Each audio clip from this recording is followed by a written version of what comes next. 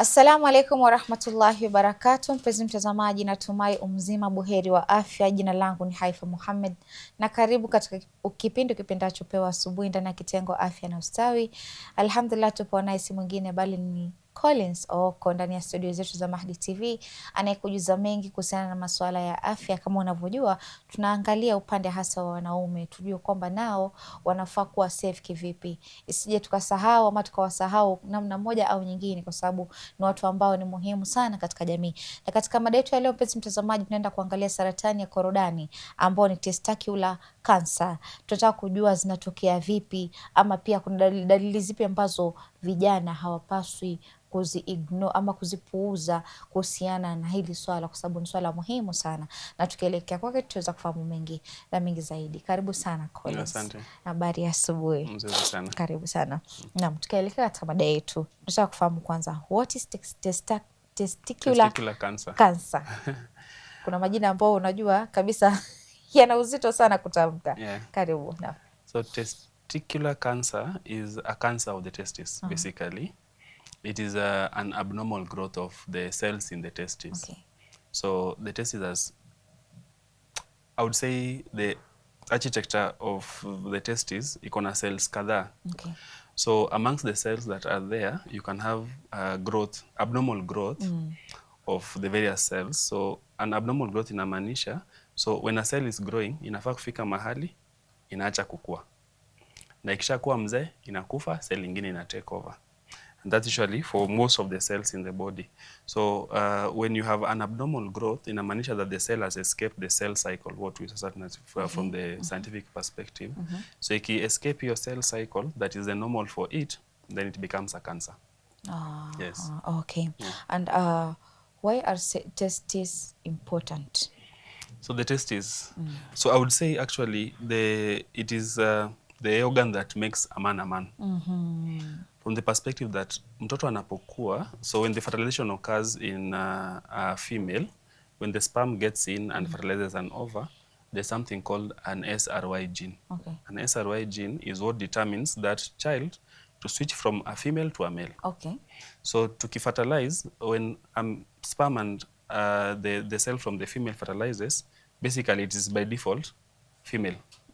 So the gene usually changes that female to a male. Okay. So when a child is given birth to, there are some hormones that are produced in the child. Amongst the hormones, there's the male hormone and the female hormone. In fact, we have both hormones. So the male hormone has to override the female hormone for a male child to turn out to become a male. Akue na ndevu, akue mkubwa, akue na sauti bass. So one of the main things that would happen in that specific organ is the production of the male hormone, testosterone. So the male hormone is what makes the glands grow. Glands inamaanisha, see glands, the organs would grow, say for example, in terms of the size of the leg, the size of the hands, the chest for men in terms of broadening of the chest. So you'll find that if we remove that specific organ, then you'll start seeing a child anaanza kuwa kama msichana, anakuwa relaxed, asumbui. Unaona venye mtoto mwenye nini ataanza kuchukua juu ya meza, amepanda juu ya meza, ameruka, ameanguka, amejipiga kichwa, anacheza na mpira. So it's because it is due to the male hormone. So it's the male hormone that would make them start behaving in that specific manner. Yes. Okay. And how common is testicular cancer? Testicular cancer is not very common, fortunately for us. It's a rare cancer. It's a rare cancer. So we do not see a lot of it compared to other forms of cancer. Yeah. Okay. Yes. And what are the earliest signs, warnings, ambazo labda mtu atafaa kuangalia ndio wajue kwamba kuna testicular cancer? So testicular cancer, as is with all forms of cancer, one of the biggest things that you would see ni weight loss. Yeah. So weight loss usually would come in a sense that for those cells to grow abnormally and to grow very fast than hizo cells zingine, inachukua a lot of nutrients and oxygen.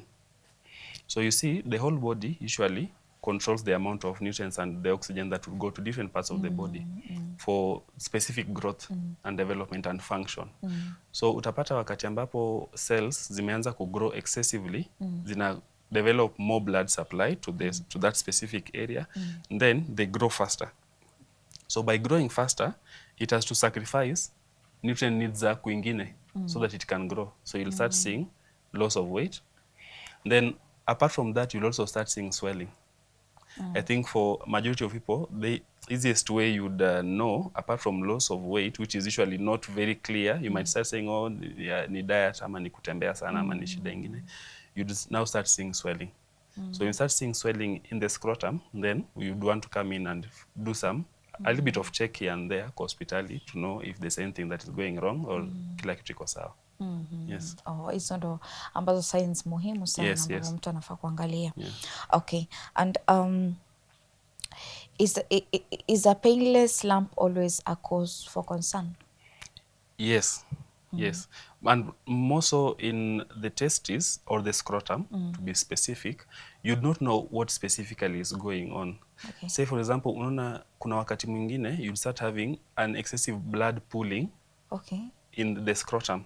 Okay. So kuna blood supply that will supply the scrotum and the structures within the scrotum that will pull blood saa zingine. So iki pull blood, you'll start having pain na swelling. But you might not know if that is specifically the reason ama there's a growth that is going on hapa. So that's why tunasema if you have a swelling kwa the testis, then it is suspicious enough for you to go and seek medical care. Na ukifika pale, kuna ways that you can just check very fast and we'll tell you this is okay, this will subside, ama nakupatia some few drugs here and there, then zitakuwa sawa. So to answer your question, a lump does not necessarily mean that kuna malignancy going on, but a lump does not necessarily also exclude malignancy. True. Yes, so for us to know, you must come to hospital ndo tuone kama kuna shida mahali ama kila kitu iko sawa. Yes. Kwa hivyo inaweza mean uko nao ama pia inaweza mean hauna. Yes. Okay. And are there symptoms that many young men tend to ignore, especially concerning this? Okay, let me pull it nyuma kidogo. Okay. So when a child is growing in the stomach, testes usually come from the abdomen. Okay. So zinatoka from the abdomen pole pole zinashuka hadi zingie kwa the scrotum where we usually now see them. So mtoto mdogo akizaliwa, then one of the checks that we usually do kwa hospitali ni kuangalia kama ziko kwa scrotum. Okay. So we have to touch to feel hizo balls mbili. So both sides have to be there. So at times you'd find watoto wenye wamezaliwa premature haijashuka hadi mwisho. So they might be absent, they might still be within the stomach. Okay. So zitashuka peke yao. Okay. Ama utapata kuna some delay. So we usually give them a little bit of chance of time tukiangalia. Unaona zile clinic zenye tuna ningi ya mama na mtoto after mtoto amezaliwa wanakuja tunawaangalia. So we usually give them some time to see if they'll descend on their own. So if the descent does not happen, now we have to intervene. Yes. Ndo ishuke. Ndo tuishukishe sasa sisi wenyewe. Okay. Yes. So you'd find one of the risk factors of testicular malignancy ni undescended testes. So zimebaki kwa tumbo. Yes, because usually for sperms to develop, they have to develop in a specific range of heat. So you realize mtoto mdogo kwa akina dada zetu na mama zetu ambao wanawaosha, utapata mtoto mdogo when it's very cold, scrotum is closer to the body. When it's very hot, inashuka. So the same way, if hazija descend from the stomach is very hot.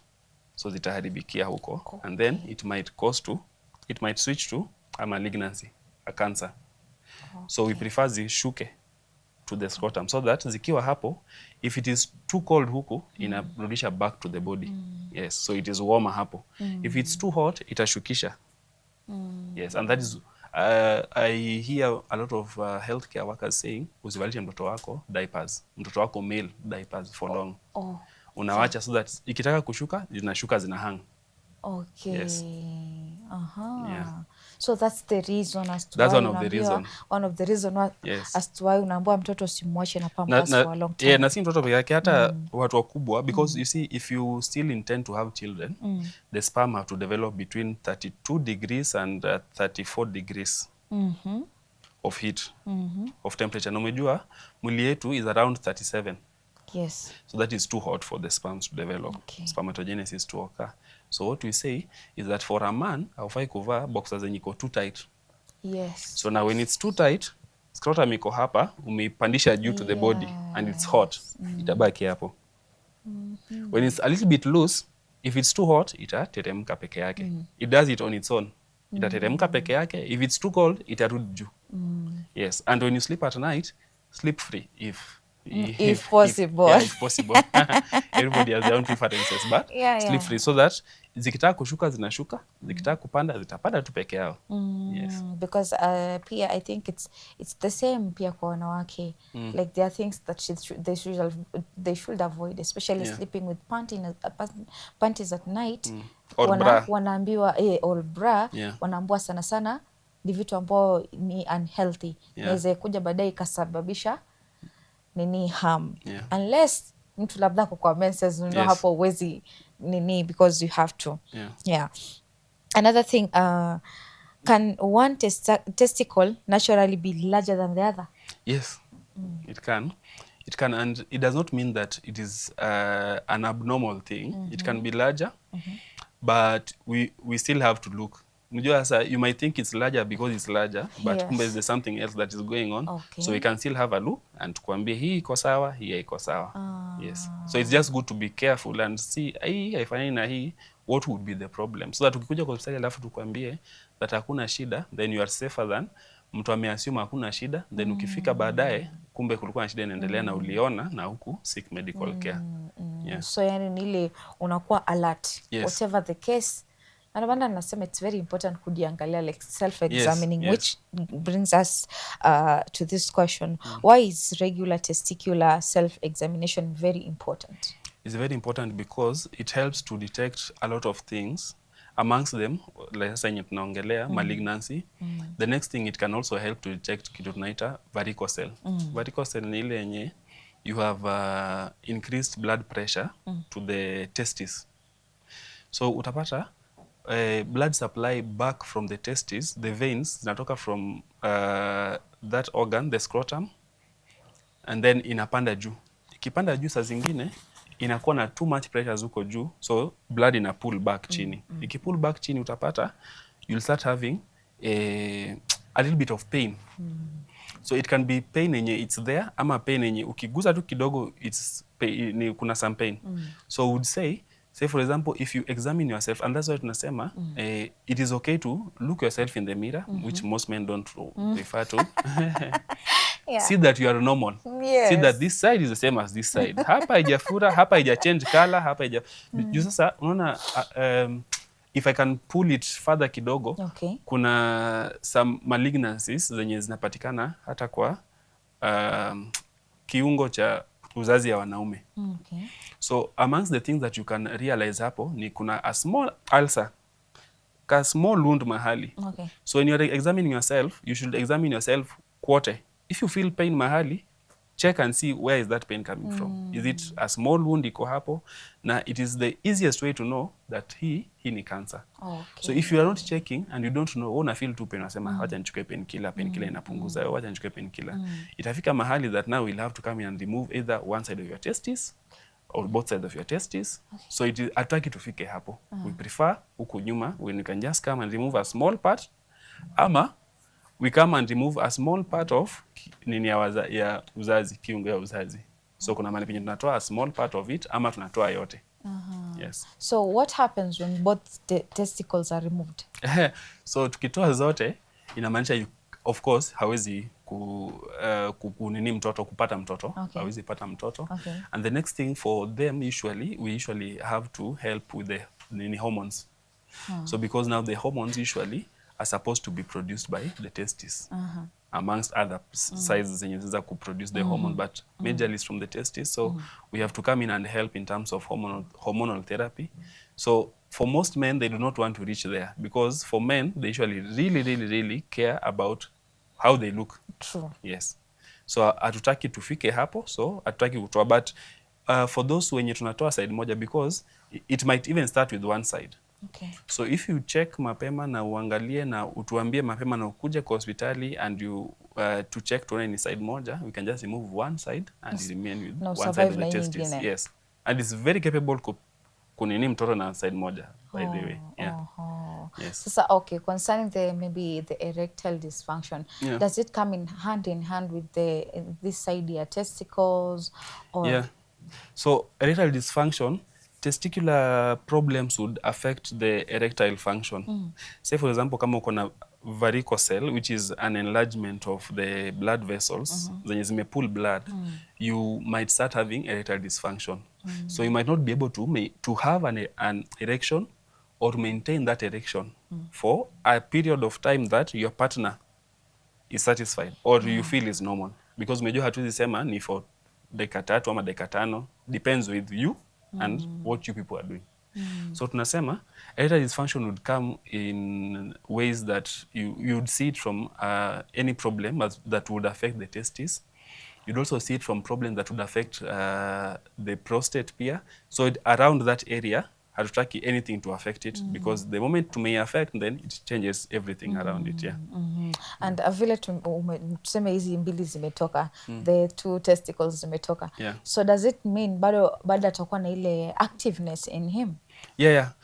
They will have because tukitoa tunatoa tu those specific things, hatu interfere na kitu yoyote ideally, but juu sasa umejua erection usually is due to blood supply. Okay. Blood supply. So if the blood supply is okay, then you'll have an erection and you'll maintain that erection.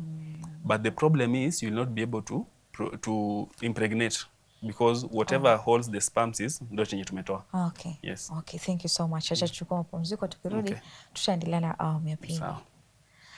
Kurudi kwako mpenzi mtazamaji, natumai katika awamu ya kwanza tukiwa naye Collins huko ndani ya studio zetu za Mahdi TV anazidi kujuza mengi kuhusiana na saratani ya korodani, hasa upande wanaume. Ni muhimu sana kuweza kujiangalia, amekuelezea pia ni vizuri sana kuwa na ile self examination, yani examine yourself, ya usikatae useme kwamba mimi siangalii kioo, mimi si mwanamke. Hapana, kioo si ya wanawake peke yake, kioo pia ni ya wanaume, because you have to know yourself. Ni kama vile mwanamke anavyoambiwa, like if you want to check maybe you have a breast cancer, kuna vitu angalia kwa kioo, jiangalie kwa kioo, gusa mahali usikie if kuna nini ama kuna nini, and then at the end of the day utakuwa at least umejifanyia we self examination. Ukiona kitu ni abnormal, una rush kwa hospitali, daktari anakuambia 1 2 3. Inshallah mpenzi mtazamaji, acha tuchukue mapumziko, tutakaporudi tuendelee zaidi.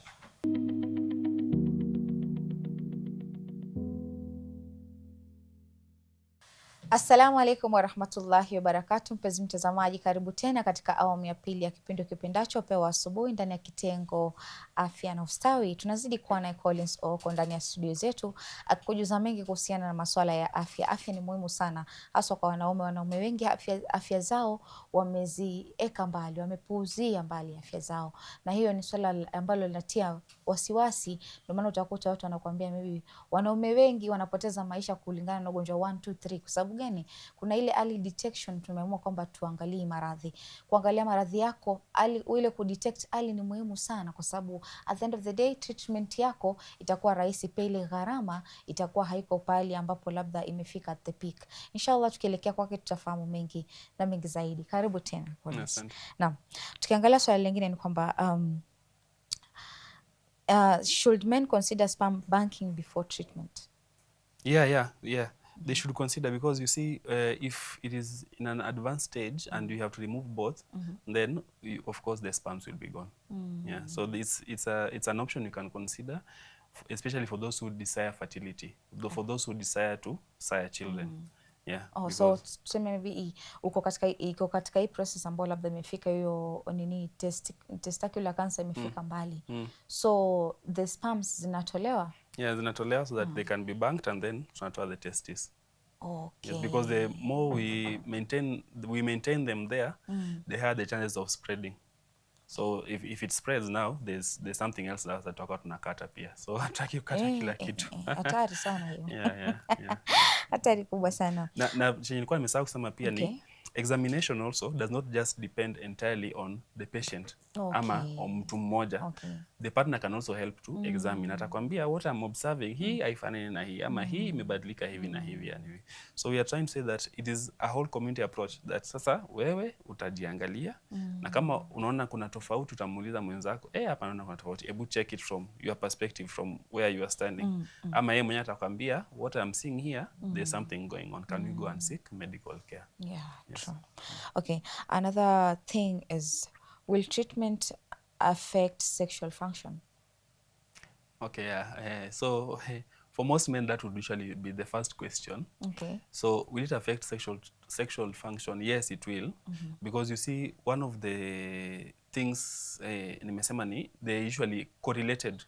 The prostate, the testes, and the male organ are correlated. So the moment you remove one, you're affecting the hormonal function. And you see this hormones is what also maintains that function. Because umejua for you to feel the urge to have sex, kuna hormones zenye zinapanda. Yes. So the moment we remove something, either the prostate ama the scrotum ama whatever point yenye tumetoa, then you have a problem. You may have a problem in terms of the sexual function. And pia umejua there's the image of the man. That sasa nimebaki na testes moja. So it's from the psych perspective. So umejua the moment you go for a lady who does not know why uko na testes moja, ataanza kuuliza uko na testes moja aje? And you know, sex is more about pia the mind. So how you feel about the person you want to have sex with. How do you feel about her? How do you feel around her? So the moment you start having aspersions that uko na testes moja, so how are you having one testes? Uko na hii, sijaona hii, sijaona ile. And then when you start seeing scars, aseme hii scar ni nini? Nini nilifanyika hapa? So it usually kills the psyche. So you might affect the sexual function from the psych perspective that your image as a man has changed. So we don't want it to change. So that's why tunasema when you come earlier, we get it earlier, we treat it earlier, and then it's easier to maintain what you have. But still squeezy pia kuna a few implants. It's like a ball yenye tunaweza weka hapo to mimic a testis. So you might not know that hapa hakuna testis, but hakuna. But they're not telling you. Yeah, why would they tell you? Akikwambia sasa, mmoja sasa akikwambia you'll kill the psyche. Ambia sasa if possible. There are differences, but so that zikitaka kushuka zinashuka, so that zikitaka kupanda zitapanda tu peke yao. Image of the man. Because pia I think it's the same pia kwa wanawake. Like there are things that they should, because akishafikiria tu, like especially hata hii si kweli, sasa things or bra wanaambiwa or bra wanaambua sana ni vitu ambavyo ni unhealthy. How can it be harm unless mtu labda kwa menses ndio hapo uwezi nini, because you have to. The biggest point of prevention is examining a child to ensure that they have descended into the scrotum. So zisibaki kwa tumbo, because zikibaki kwa tumbo most likely they might change into a malignancy, so we'll have to go in and remove it. So the next thing pia ni the checks, more of the checks.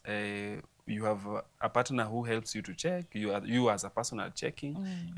Kama kuna kitu yote yenye inabadilika, unakimbia hospitali unaangalia kama kuna any change of color, if kuna pain, if you have weight loss, then you come to hospital and then we have a full check and we'll let you know if you're okay or you're not okay. Yes. Okay. And what lifestyle habits promotes good testicular health? Good testicular health. Sasa kama hiyo yenye nilikwambia, from the perspective of the heat. So that for men, loose boxers, sleep if you can, minus boxers, well, or with shorts. Shorts umejua si tight kama the boxers. Then of course wakiwa watoto, so usually start from akiwa mtoto mdogo, you do not want to kumweka na diapers tight sana and for a long time. If you can leave them free ni sawa. Hata siku hizi kuna hizi shorts zenye are a little bit thick that they can absorb the urine. So unza mbalisha short than the diapers because they are a little bit less loose. So I would say be loose around the testes. So number 2, in terms of health, pia it still goes back to nutrition. So what do I eat?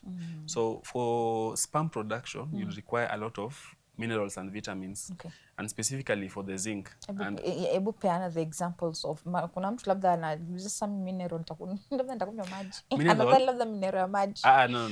Yeah. So from the food perspective, you see when the nutritionists wana advise watu wanaambia kule a lot of vegetables and fruits. So the vegetables and fruits have a lot of the minerals, the B vitamins, the C vitamins, vitamin A, vitamin E. Then the minerals in vitu kama zinc, chromium, selenium, magnesium. So you see a mixture of all these is what helps to form the DNA. Okay. Yes. And you know the sperm is the DNA.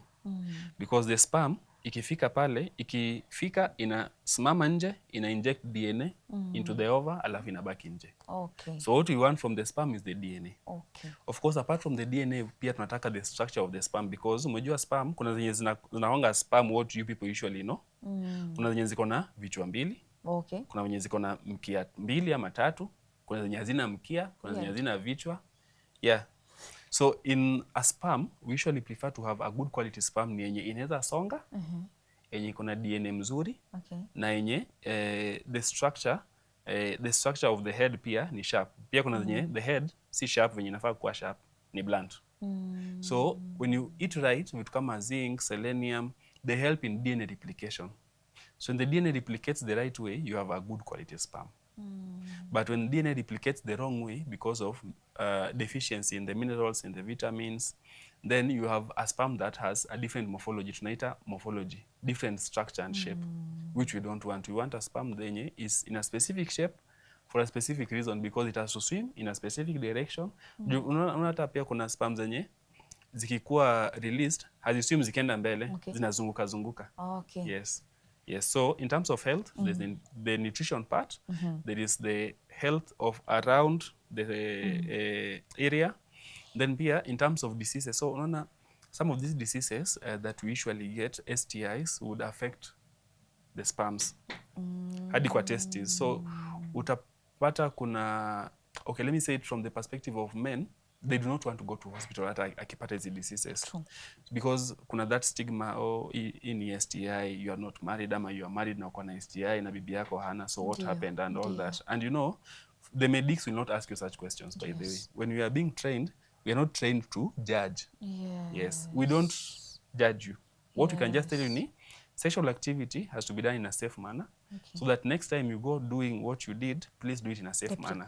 Yes. Or you can have, mwenye mataka to have sex with, whether your wife or not your wife, tested, so that you do it in a safe manner. So watu wengi hawataki kuja kwa hospitali because they feel ni kama tutawauliza, hey, what happened and all that. So the more you stay with an STI, the more the probability it might affect other structures. So hatutaki ukae na STI for long. The moment you realize that you have any infection, go and seek medical help so that you can be treated. Watakuscreen, wajue hii shida ni hii shida na hii shida, then it be treated. Okay. Yes. Okay. Another thing, how can parents educate teenage boys about testicular health, especially tukiangalia mababa, if possible? Yeah, if possible. So, I think everybody has their own preferences, but slippery, so that zikitaka kushuka zinashuka, zikitaka kupanda zitapanda. If possible. Everybody has their own preferences, but slippery, so that zikitaka kushuka zinashuka, zikitaka kupanda zitapanda. My son who knows, because might even know I more, think by the way, it's the same pia kwa wanawake, like there are so we things encourage a discussion. they should avoid, especially sleeping with panties at night. Wanaambiwa all bra, wanaambiwa sana sana ni vitu ambao ni unhealthy, inaweza kuja baadaye ikasababisha nini harm, unless mtu labda kwa menses, ndio hapo uwezi nini, because you have to. What do you know about it? What have you been taught? Atakwambia shule tunafundishwa hii na hii na hii na hii. Utamuuliza what do your friends tell you? Because they have friends. Atakwambia marafiki zangu wananiambia hii na hii na hii. Then utamuuliza what have you found out from social media or from the internet? Because sahi they have access to all these things. Atakwambia nimepata hii na hii na hii. So unajua from that perspective, it's easier to not just inform, but to have a discussion around all these things. So inakuwa a man to man talk, not like father and son talk. Yes. Just sasa if you just come in to inform, you will miss out on addressing other myths and misconceptions. So I should come in and ask, what do you know? So that I can gauge the amount of knowledge that you have. Yes. What type of knowledge do you have? Is it right? Is it wrong? And then I can now steer it back to the right place. So ndakuuliza, what do you know? How do you know? Who told you? How did they tell you? What do you believe in as a person sasa? Kwa mimi I believe this and this is right, this is right, this is wrong. Then mimi kama mzazi ndakuja nimwambie sasa, based on scientific data and what I've been told na daktari, hii ni mzuri, hii inafaa kufanywa hivi na hivi, but ukipata STI, which you should not get by the way, but should anything happen, your health is more important to me than what has happened. So come, I'll take you to hospital. Or if you can approach your mom more openly, approach her, you will keep it wewe na mama yako, so that at the end of the day this child has a way, has a place to run to should anything go wrong, because unajua utapata mtu akona STI, they can't go to their parents.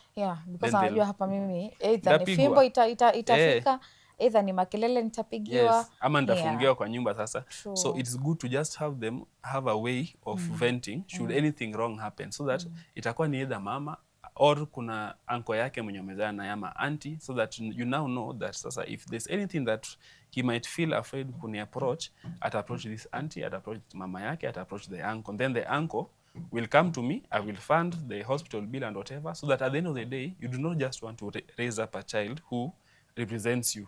You want to raise up a child who is healthy, yeye mwenyewe kwanza is healthy before any other thing, because you'll start saying, oh, this is wrong, but you know vitu zinaendelea kufanyika kwa mwili yake.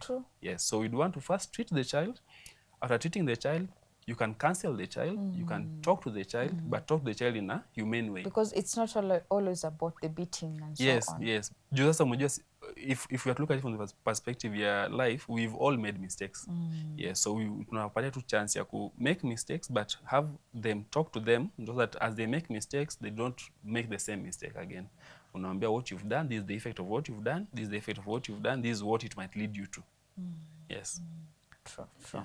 Yeah. That's a good perspective. So at the end of the day, especially watoto wa kiume kama wamefika ile stage ya adolescence, they're like no. Hawezi niambia kitu. Hawezi niambia. Ni maisha yangu. Of course ni yao, but sasa hawezi fikiria to a good level for their safety.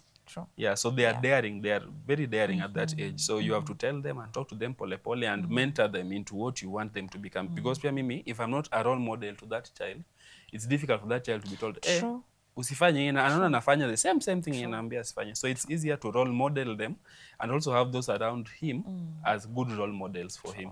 True. As we wind up, what is the most important message every young man should know about testicular cancer?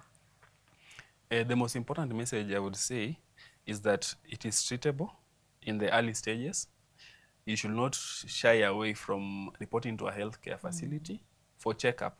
Yes. And the good thing about healthcare facilities nowadays, they usually have youth-friendly wings, where if you feel nikiangalia na daktari mama it will be uncomfortable for me, you can always request, should there be an opportunity for the hospital to provide for a male clinician to do the checkup, na atamwambia, now this is what I found, this is what I did not find, and whatever, and we can sort it out, so that we do not want our young people to miss the opportunity of treatment. Yes, so that akikuja baadaye vitu zimeshaharibika kabisa, it's unfortunate. So we want them to come early, we want them to come for their checkups, and they will not be judged. Yes, we are there for them, we do not want to judge them, we have no business judging them. Chenye tunataka ni tukae nao pale nje, they are healthy, they have their children, 5 children or 10 children, whatever number they prefer. Yes, that's our happiness. Yes. Thank you so much. Asante sana Collins kwa kutuelezea mengi kuhusiana na testicular cancer. Testicular cancer, and I hope itafaidi sana kijana ambaye anasikiza akuwe na uelewa zaidi kuhusiana na hili swala ama kuhusiana na masuala ya maradhi tofauti. Asante sana. Karibu. Kurudi kwako mpenzi mtazamaji, natumai katika awamu ya pili tukiwa naye Collins umefahamu mengi zaidi kuhusiana na masuala ya testicular cancer ambayo tunasema ni saratani ya korodani, na kuna mengi zaidi ambayo naamini pia ukianza kwenda hospitali ama pia kupata ile knowledge ya community kuhusiana na mambo ni muhimu sana. Kama wanakuambia kuna health workers wanaweza kuelezea 1, 2, 3 kuhusiana na maradhi fulani. Inshallah mpenzi mtazamaji, kufikia hapo sina mengi ya kusema isipokuwa nikwambia maasalam.